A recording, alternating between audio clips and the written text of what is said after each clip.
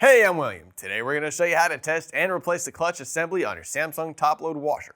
If you're experiencing problems like the washer not agitating or spinning, unusual noises during spin cycles, or clothes still wet after the spin, it might be time to check or replace this part. Now before we get started, be sure to like this video and subscribe to our channel for more practical appliance repair tips. Let's tackle this together. With over 2 million products in stock and the know-how to help you do it yourself, we are AppliancePartsPros.com. Let's start by gathering the tools we'll need for today's repair. We'll be using a Phillips screwdriver, a Flathead screwdriver, 10mm and 17mm sockets, a hammer, and a pipe wrench. You may also need a piece of 2x4.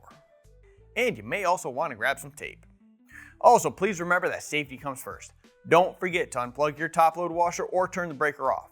Before leaning it back, let's go ahead and get that lid taped shut. Your washer can be leaned back. I'm setting this washer on its back so that you can better see what I'm doing. We're grabbing our 17mm socket and removing the rotor mounting nut and rotor.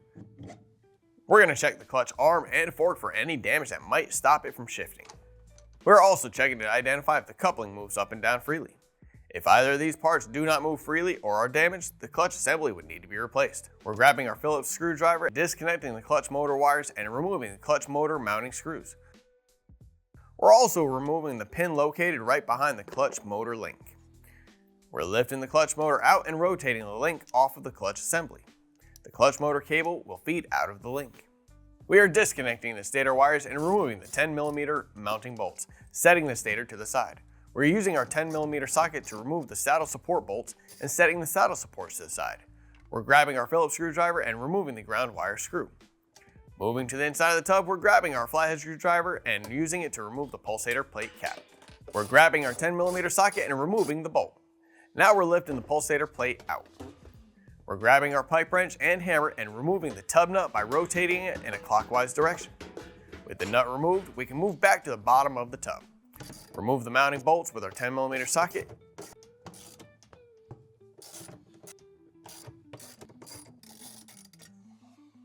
While removing the clutch assembly, we can disconnect the wires by pinching the tabs on the back side and pushing them out, and pull the clutch assembly out.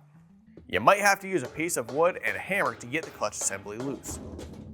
Here's the old clutch assembly and here's the new one. If you've already got one, great. If not, you can pick one up at AppliancePartsPros.com. We are inserting the clutch assembly and securing it with the 10mm bolts we removed.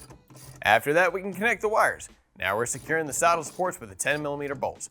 We're securing the motor stator to the tub using the 10mm bolts we removed earlier.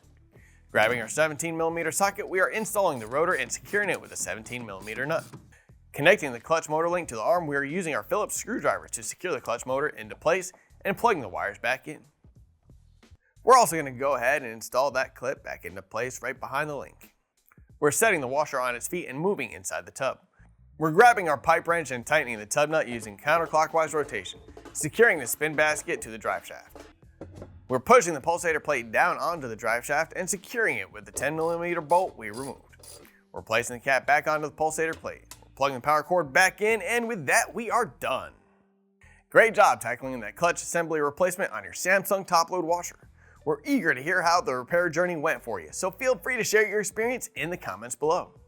If you still need a replacement part, grab your washer's model number and visit us at AppliancePartsPros.com. Most orders arrive within just a few days. Thanks for trusting us to guide you through the process, and we'll see you in the next video.